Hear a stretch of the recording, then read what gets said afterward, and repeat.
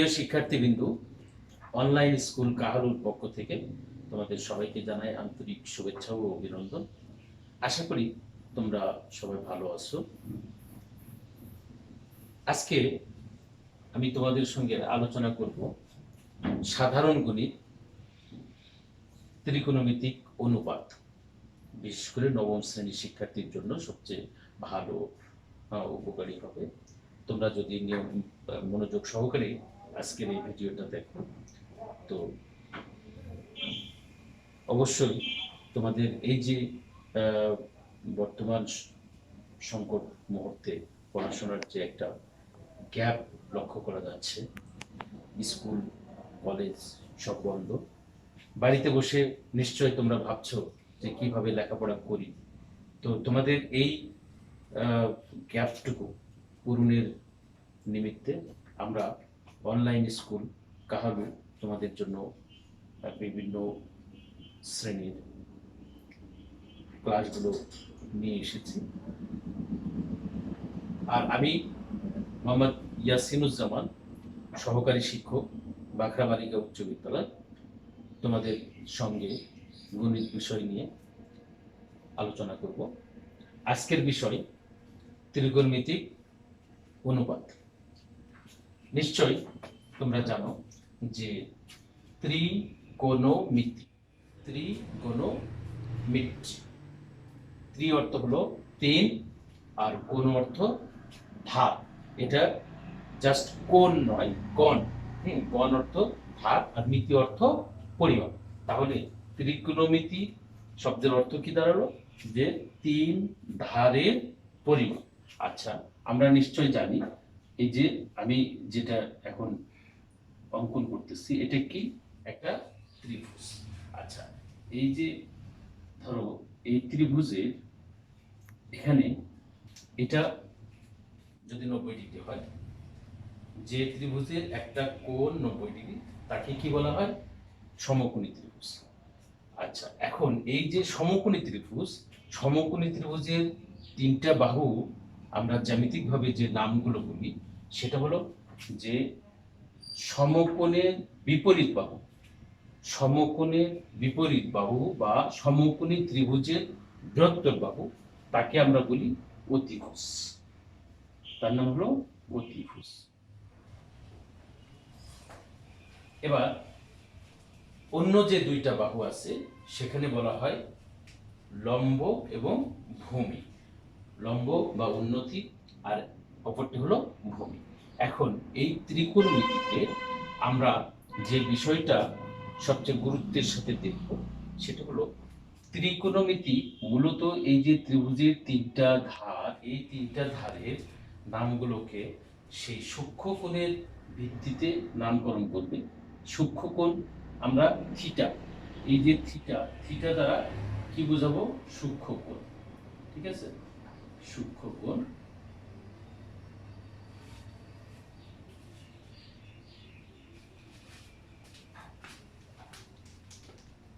Theta সূক্ষ্মকোণ। এবার এই সূক্ষ্মকোণের উপর ভিত্তি করে আমাদের এই ত্রিভুজের বাহুগুলোর বিভিন্ন নামকরণ হবে। এই থিটাটা যদি আমাদের এখানে হয়, তাহলে আমরা কি বলবো? এই থিটা কোণের সাপেক্ষে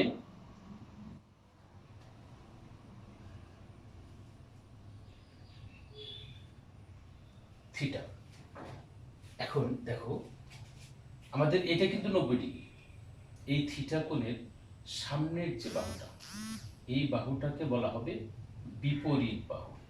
বিপরীত বাহু, যার অপর নাম কি? লম্ব। ঠিক আছে, বিপরীত বাহু বা লম্ব। এবার এই থিটা কোণের সংলগ্ন যে বাহুটা, সেটার নাম হচ্ছে সন্নিহিত বাহু বা ভূমি। সন্নিহিত বাহু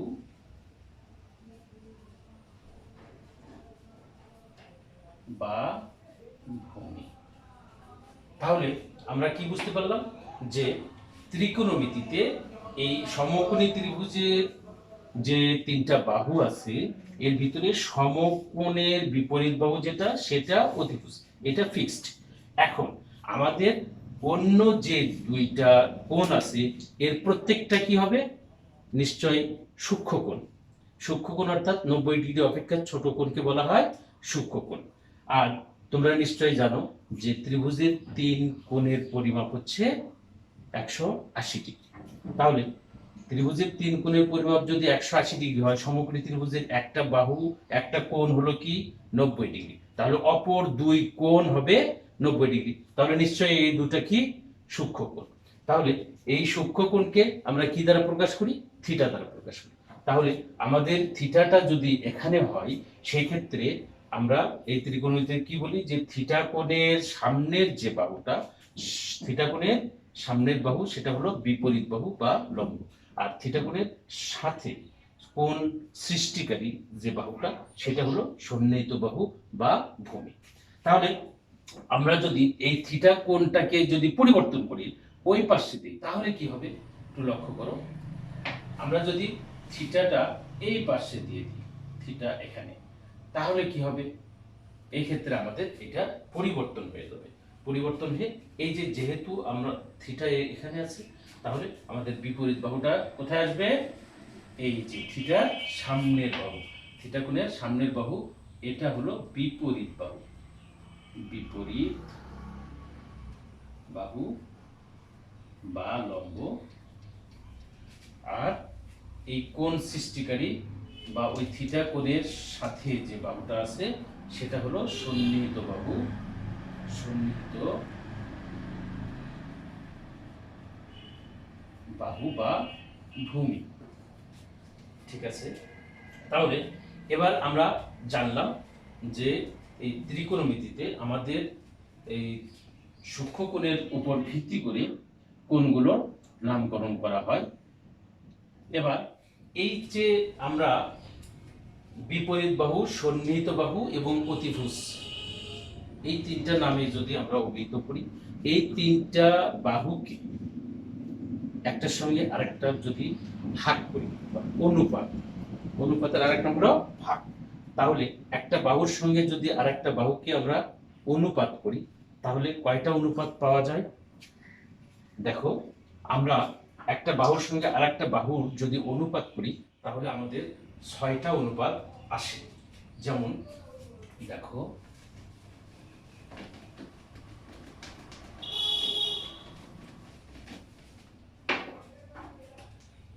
ধরো আমরা লিখলাম বিপরীত বাহু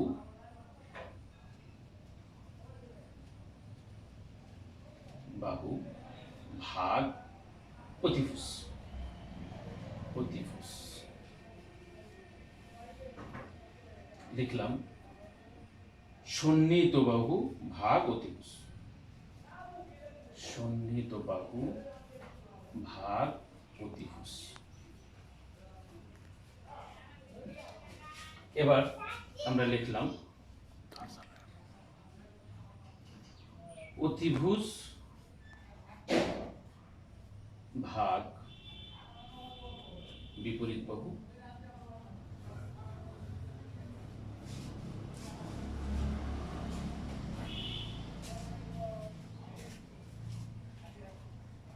অতিভুজ ভাগ সন্নিহিত বাহু।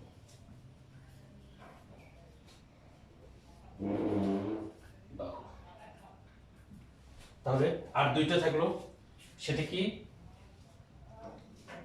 দেখো আমাদের বিপরীত বাহু ভাগ সন্নিহিত বাহু, বিপরীত বাহু ভাগ সন্নিহিত বাহু,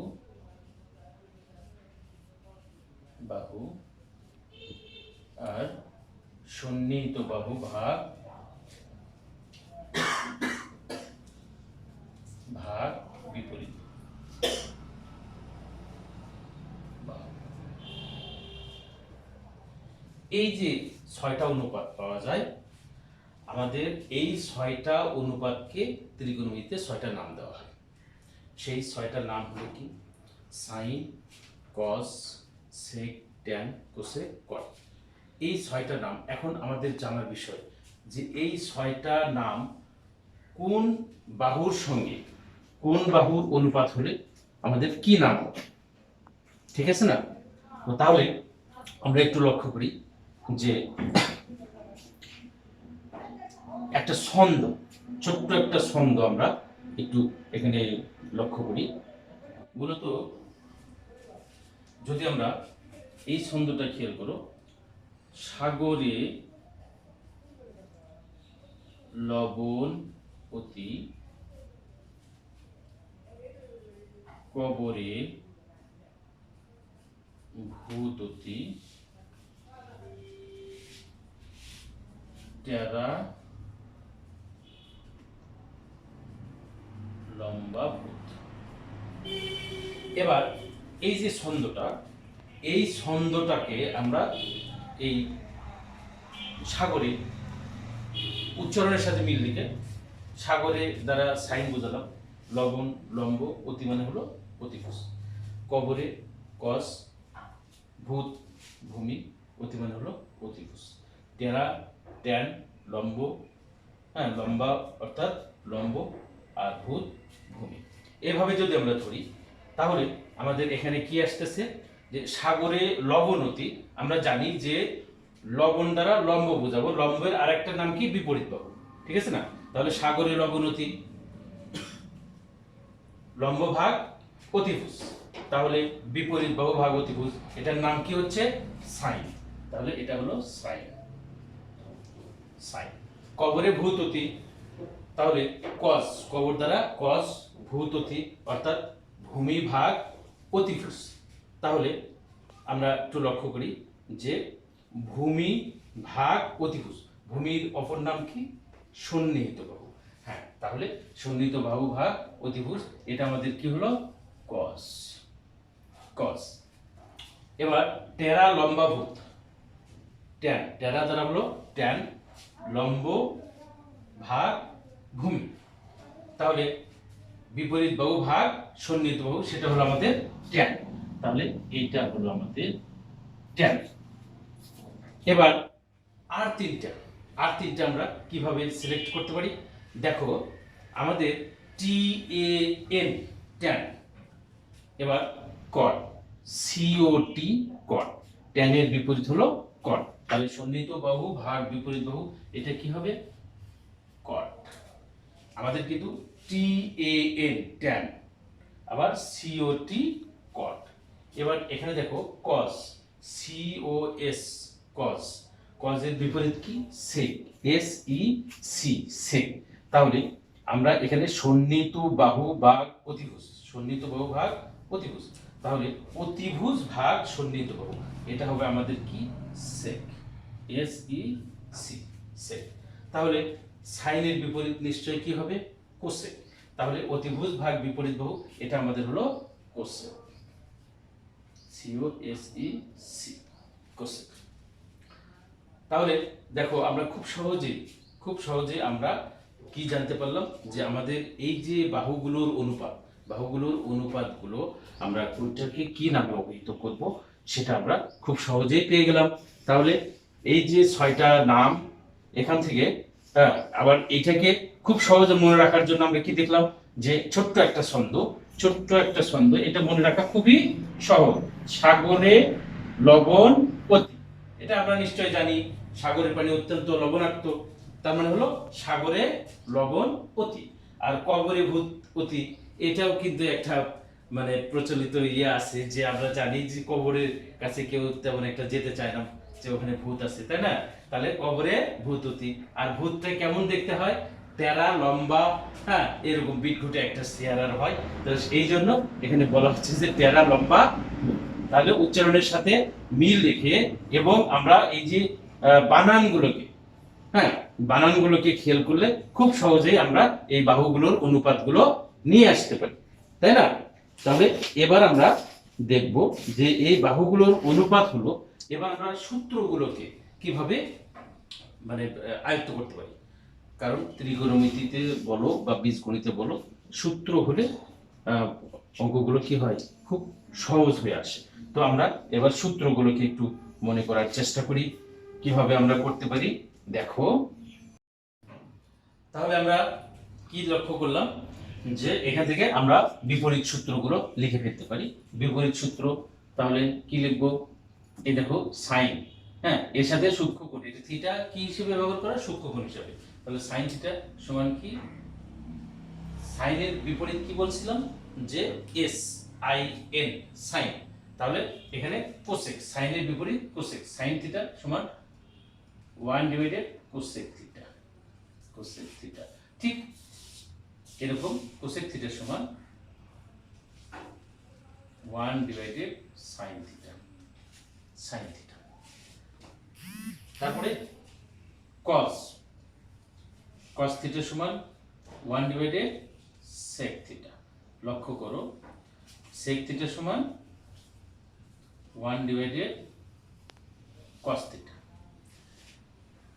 ট্যান থিটা সমান 1 ডিভাইডেড কট থিটা, আর কট থিটা সমান তাহলে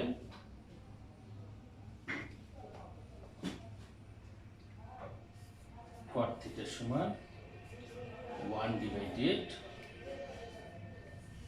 ট্যান থিটা।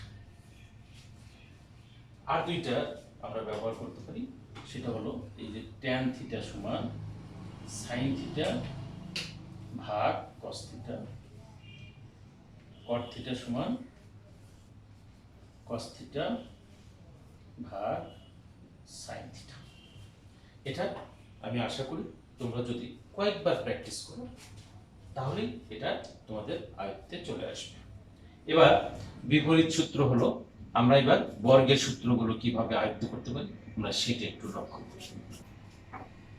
তাহলে এবার আমরা বর্গ সূত্র কিভাবে খুব সহজেই মনে রাখতে পারি সেই টেকনিকটা একটু দেখব। ধরো আমি লিখলাম, তোমরা নিশ্চয়ই জানো যে একজন ব্যক্তিকে সফল হতে গেলে, মানে তার জীবনে বা লাইফে শাইন করতে গেলে তাহলে কি করতে হয়, নিশ্চয়ই কষ্ট করতে হয়। তাহলে আমরা বলতে পারি যে শাইন করিতে কষ্ট করতে হয়। দেখো শাইন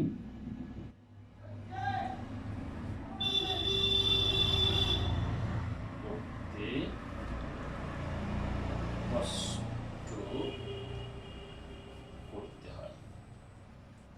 তাহলে এই যে শাইন করতে কষ্ট করতে হয়, এখানে শব্দের উচ্চারণের সঙ্গে মিল রেখে যদি আমরা লিখি তাহলে কি লিখতে পারি আমরা, যে দেখো সাইন স্কয়ার থিটা, আমরা বর্গের সূত্রের কথা বলছি, প্লাস কজ স্কয়ার থিটা। এখানে আমার লাইফে শাইনের সঙ্গে আমি যদি লাইফে শাইন করতে চাই, মানে জীবনে সফল হতে চাই, তাহলে কিন্তু কষ্টটা আমার কি ওতপ্রোতভাবে জড়িত। এইটা আমার লাইফের সঙ্গে কষ্ট, এটা কি হবে, প্লাস হবে, অ্যাড হবে, অ্যাড হবে।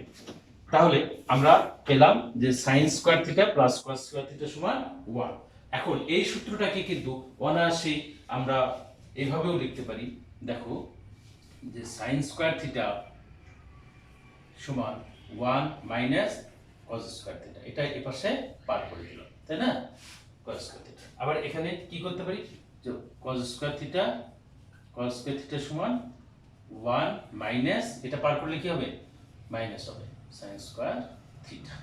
তাহলে আমরা কি পেলাম, যে দেখো এই ছোট্ট একটা ছন্দ, এটা যদি আমরা মনে করতে পারি যে সাইন করতে কষ্ট করতে হয়, এখান থেকে আমরা sine square theta plus cos square theta সমান 1, এটা খুব সহজেই মনে রাখতে পারি। তাহলে এভাবে আমরা আরো একটা ছন্দ এবার লক্ষ্য করি।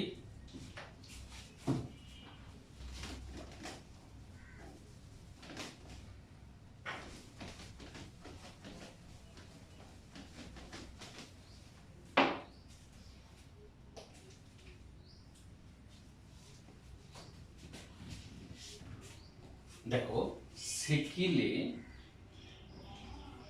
সেকিলে টানিতে হয়, সেকিলে টানিতে হয়।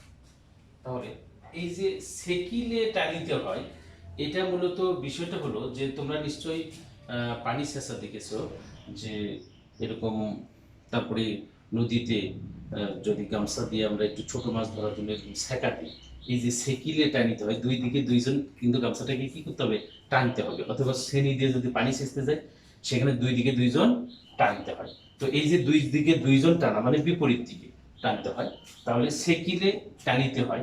এটা আমরা এই শব্দের মিল থেকে, শব্দের উচ্চারণের সাথে মিল করে তাহলে আমরা কি লিখতে পারি বর্গের সূত্র হিসেবে, যে দেখো সেক স্কয়ার, সেকিলে টানিতে হয়, তাহলে এই sec square theta minus tan square theta, tan square theta সমান 1।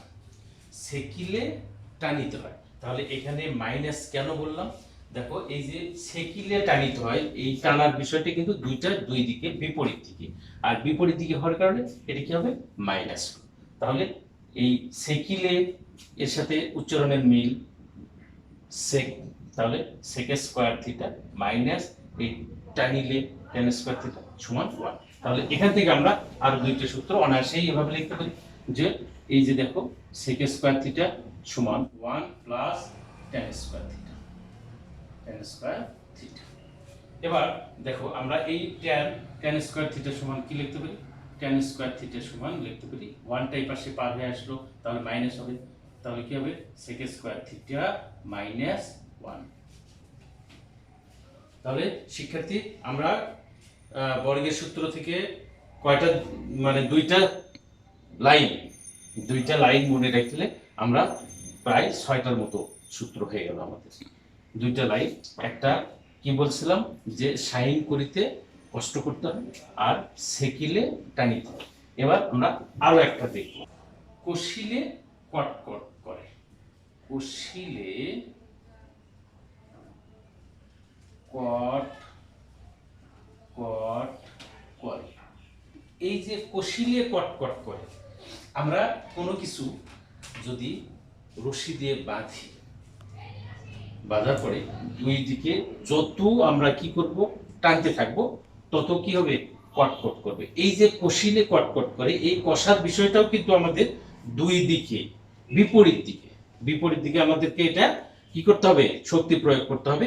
তো এই যে কষিলে কটকট করে, এখন এই শব্দর সঙ্গে আমরা মোটামুটি মিল খুঁজে তাহলে লিখতে পারি কি, যে কষিলে কটকট করে, তাহলে কষিলে কোসেক স্কয়ার থিটা, যেহেতু বিপরীত দিকে তাহলে মাইনাস কট স্কয়ার থিটা সমান 1, কষিলে কটকট করে। এবার আমরা ঠিক একইভাবে আর দুটো সূত্র বের করে নিয়ে আসতে পারি, কোসেক স্কয়ার থিটা সমান 1 প্লাস কট স্কয়ার থিটা সমান স্কয়ার থিটা সমান কোসেক স্কয়ার থিটা মাইনাস 1। তাহলে প্রিয় শিক্ষার্থী, আমরা বিপরীত সূত্র খুব সহজে কিভাবে মনে রাখতে পারি সেই বিষয়টা লক্ষ্য করলাম। তারপরে আমরা লক্ষ্য করলাম বর্গের সূত্র কিভাবে খুব সহজ উপায়ে এটাকে আমরা আয়ত্তে রাখতে পারি সেই বিষয়টাও আমরা লক্ষ্য করলাম।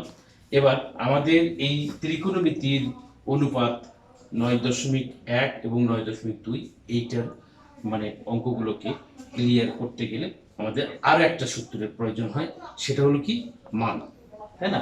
তো আমরা যদি বিপরীত সূত্রটা মনে রাখতে পারি, হ্যাঁ, আর এইদিকে আমরা মানের বিষয়টা খুব সহজেই বের করে নিয়ে আসতে পারি। তো আজকে আমি তোমাদেরকে মান কিভাবে মনে রাখতে হয় সেই সহজ উপায়টাও তোমাদেরকে দেখে দেব।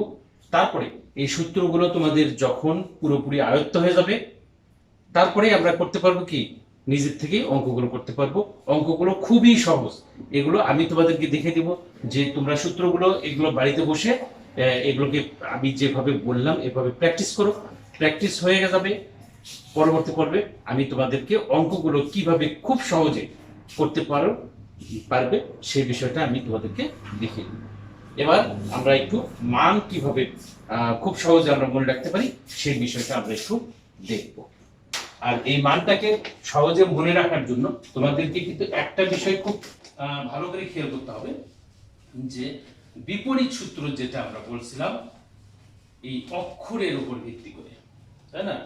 কস, COS, কস, তাহলে লাস্টে এস, এর বিপরীত কি ছিল? সেক, SEC, সেক। তাহলে এই যে অক্ষরের উপর ট্যান, TAN, ট্যান, COT, কট, এই বিপরীত সূত্রটাকে তোমাদের একটু ভালো করে মনে রাখতে হবে। তাহলে আমরা এখন এই মানগুলো ওয়ানলি একটা একটা মাত্র মান থেকে আমরা পুরো মানটাকে ত্রিকোণমিতিতে যে মানগুলো ব্যবহার করা হবে সবগুলো আয়ত্ত করতে পারবো। এবার একটু লক্ষ্য করো, আমরা একটা ছবি আর্ট করতেছি এখানে। লক্ষ্য করো, হাতে জাস্ট হাতের একটা ছবি আমি এখানে আঁকতেছি। এটা মোটামুটি একটা হাতের ছবি, তাই না? তো এই হাতের ছবি দেখো, সবচেয়ে এটা কি কনিষ্ঠ, এখানে এটা ধরো আমি নিলাম 0 ডিগ্রি, এটা ধরলাম 30 ডিগ্রি, এটা 45 ডিগ্রি, এটা 60 ডিগ্রি, এটা 90 ডিগ্রি, এভাবে নিলাম। তাহলে দেখো, তোমরা এটাকে অবশ্যই বাড়িতে বসে প্র্যাকটিস করবে, খুবই সুন্দর, খুব মজাদার, খুব সহজেই এই মানগুলোকে তোমরা মনে রাখতে পারবা। তো আমরা এখানে sine theta, sine 0 degree, sine 30 degree, এটা যদি আমরা মনে রাখি তাহলে দেখো সাইন লিখলাম, সাইন 0 ডিগ্রি মান কত? 0। 30 ডিগ্রি মান কত? 30 ডিগ্রি মান হচ্ছে হাফ। 45 ডিগ্রি কত? 1/√2। 60 ডিগ্রি কত? √3/2। আর 90 ডিগ্রি আমাদের হলো 1। এখন আমি যদি এই শুধুমাত্র সাইন এই হাতের উপর ভিত্তি করে আমরা এই 5টা মান যদি মনে রাখতে পারি, তাহলে আমার পুরো ত্রিকোণমিতিক এই আরো যে 5টা সাইন ছাড়া আরো যে 5টা অনুপাত আছে, সেই অনুপাতগুলোর আবার 5টা করে মান, অর্থাৎ 0 ডিগ্রি, 30 ডিগ্রি, 45 ডিগ্রি, এই সবগুলো মান আমি খুব সহজেই মনে রাখতে পারবো। এবার কিভাবে এটা মনে রাখতে পারবো? সাইন 0 ডিগ্রির মান যেটা, এটাকে হাতটাকে শুধু আমরা উল্টায় দিই। যদি এই হাতটাকে উল্টায় দিলে এটা কোথায় আসবে? আমার এই বৃদ্ধাঙ্গুলি, দেখো লক্ষ্য করো, আমি যদি আমার এই হাতটাকে শুধু এইভাবে উল্টায় নেব, হাতটাকে এদিক করব, আমি এইভাবে আঁকছিলাম না, এটাকে শুধু কি করব? এইভাবে হাতটাকে উল্টায় নেব। আর এগুলো মান কিন্তু যেখানে সেখানে আছে, তাহলে এই বৃদ্ধাঙ্গুলিটা তখন কোথায় আসবে? আমার এই কনিষ্ঠ আঙ্গুলের কাছে চলে আসবে। হ্যাঁ, তাহলে দেখো আমি বললাম এই হাতটাকে আমরা একটু উল্টায় নেব, তাহলে আমি এই ছবিটাকে এইভাবে করি। দেখো, এটাকে এইভাবে করলাম, তাহলে কি হয়? এইটা আমার হাতটা এরকম চলে আসলো, তাই না? তাহলে আমাদের মানগুলো কিন্তু এখানে ছিল 0 ডিগ্রি, এটা এইভাবেই থাকবে, 0 ডিগ্রি, 30 ডিগ্রি, এটা 45 ডিগ্রি, এটা 60 ডিগ্রি, এটা 90 ডিগ্রি, ঠিক আছে? তাহলে মানগুলো দেখো, এখানে 90 ডিগ্রি, অর্থাৎ এই বৃদ্ধাঙ্গুলিতে কি মান ছিল? 1। তাহলে এটা কজের সময় এসে আমাদের হবে, এটা লক্ষ্য করো, এটা যদি আমরা কজ বলি, তাহলে কজ 0 ডিগ্রি মান হবে 1। আর এটা কিন্তু আমাদের কি চলে আসছে? বৃদ্ধাঙ্গুলি। আর এই আঙ্গুলটা কোথায় চলে আসছে? এখানে চলে আসছে। তাহলে এটা কত হবে? √3/2। আর এটা মাঝখানেরটা কিন্তু কোনো পরিবর্তন হয়নি, হাতে এরকম করলাম, কিন্তু মাঝখানেরটা যেখানে সেখানে আছে, এই কারণে 1/√2 এখানেই থাকবে। আর এটা হলো হাফ, এটা হলো 0। তাহলে আমরা এই হাতের মাধ্যমে sine 0 degree, 30 degree, 45 degree, 60 degree, 90 degree সবগুলো মান খুব সহজে বুঝতে পারলাম। এখন এই হাত থেকে উল্টানোর পরে আমাদের মানগুলো কি হলো? ওই কজের মানগুলো আমরা খুব সহজে আয়ত্ত করতে পারবো। তাহলে সাইন আর কজ, এই দুইটা মান যদি আমরা পুরোপুরি আয়ত্ত করতে পারি, আমাদের অন্য যে ত্রিকোণমিতিক অনুপাতগুলো আছে সবগুলো মান খুব সহজে আমরা বের করে নিয়ে আসতে পারবো। তাহলে প্রিয় বন্ধুরা, তোমরা একটু লক্ষ্য করো যে আমরা এই দুইটার থেকে কিভাবে অন্য মানগুলো বের করি। তোমরা অবশ্যই কিন্তু বাসায় সুন্দরভাবে এটা প্র্যাকটিস করবে। দেখো, আমি হয়তো বের করতে চাচ্ছি যে tan 60 ডিগ্রি, আমি কি করব tan 60 ডিগ্রির মান এটা বের করতে চাই। তাহলে tan সমান কি sin ভাগ cos, তাহলে sin 60 ডিগ্রি, দেখো sin 60 degree divided cos 60 degree. তাহলে sin 60 ডিগ্রির মান কত? sin 60 ডিগ্রির মান হলো √3/2। এখানে cos 60 ডিগ্রির মান কত? হাফ, তাহলে হাফ। এটা কি করতে হবে? উল্টা দিতে হবে। তাহলে √3/2 ইন্টু 2/1 কাটে দিলাম, তাহলে কি হলো? √3। তাহলে আমরা কি বুঝলাম? যে tan 60 ডিগ্রির মান কি বের হলো? √3। ঠিক আছে, tan 60 ডিগ্রির মান বের হলো √3। ঠিক এইভাবে যে কোনো মান আমরা এখন সহজেই বের করতে পারবো, আমাদেরকে আর কষ্ট করে মুখস্থ করতে হবে না। আমাদের কিন্তু শুধুমাত্র একটা মানকে আমরা মুখস্থ করেছি, কসটা হাত উল্টানোর ফলেই পেয়ে গেছি। এবার অন্য সবগুলো আমি এখান থেকে বের করে দিব। তোমরা মনে মনে বলো যে কত ডিগ্রির মান চাচ্ছ তোমরা। ধরো কোসেক 30 ডিগ্রি, আমি কোসেক 30 ডিগ্রি মান বের করতে চাই। তাহলে কোসেকটা কার বিপরীত? সাইনের বিপরীত। তাহলে কোসেক যেহেতু সাইনের বিপরীত, সাইন 30 ডিগ্রি, তাহলে সাইন 30 ডিগ্রির মান কত? সাইন 30 ডিগ্রির মান হাফ, এই যে 1/sin 30 ডিগ্রি। তাহলে 1/হাফ, এটা উল্টে দিলে কি হয়? 2 হয়। তার মানে কোসেক 30 ডিগ্রির মান আমরা খুব সহজে কি পেলাম? যে 2। এভাবে তুমি যদি ভালোভাবে প্র্যাকটিস করো তাহলে এত লিখতে হবে না, তুমি মাথার ভিতরে খুব সহজেই মানগুলোকে বের করে নিয়ে আসতে পারবা। ধরো আমি লিখলাম সেক কত? 60 ডিগ্রি, সেক 60 ডিগ্রি মান দরকার। তাহলে আমি খেয়াল করব সেক এর বিপরীত হলো cos, তাহলে 1/cos 60 ডিগ্রি। তাহলে cos 60 ডিগ্রি, আমাদের cos 60 ডিগ্রির মান হলো হাফ, হাফকে উল্টায় দিলে কি হয়? 2। এটা 1 এর সঙ্গে এটা উল্টে যাবে, তার মানে খুব সহজেই এইভাবে তোমরা বাসায় এই সূত্রগুলোকে প্র্যাকটিস করবে, খুব সহজেই তোমরা এগুলোকে মনে রাখতে পারবে। আমরা আগামী পর্বে তোমাদেরকে দেখাবো কিভাবে এই সূত্রগুলো ব্যবহার করে ত্রিকোণমিতিক অনুপাতের অঙ্কগুলো খুব সহজভাবে করা যায়। আশা করি শিক্ষার্থী বন্ধুরা তোমরা আমাদের সঙ্গে থাকবে। সবার সুস্বাস্থ্য এবং দীর্ঘায়ু কামনা করে আজকের মতো এখানেই শেষ করছি। খোদা হাফেজ।